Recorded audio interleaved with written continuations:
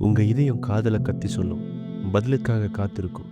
ஆனா திருப்பி கிடைக்கிறது என்னவோ நிசப்தங்களும், நிராகரிப்புகளும் தான். இது ஒரு பெரும் வலி இல்லையா?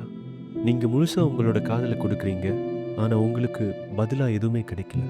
பதிலே கிடைக்காம நாம கத்தி சொல்ற நம்மளோட காதல் கிட்டத்தட்ட ஒரு எதிரொலி போல தான். கேட்பதற்கு யாருமே இருக்க மாட்டாங்க. தனியா நம்ம காதல சொல்லிட்டு இருப்போம். எந்த பதிலும் இல்லாம அதுவே நமக்கு எதிரொலியா கேட்கும். அன்பும் காதலும் எதையும் எதிர்பார்க்காதது தான்.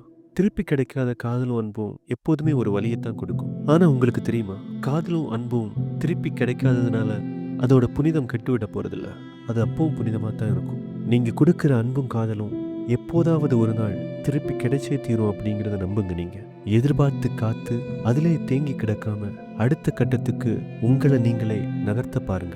பதில் கிடைக்காத காதலுக்காகவும் அன்புக்காகவும் எப்போதும் ஏங்கி உங்க வாழ்க்கையை தொலைச்சிடாதீங்க.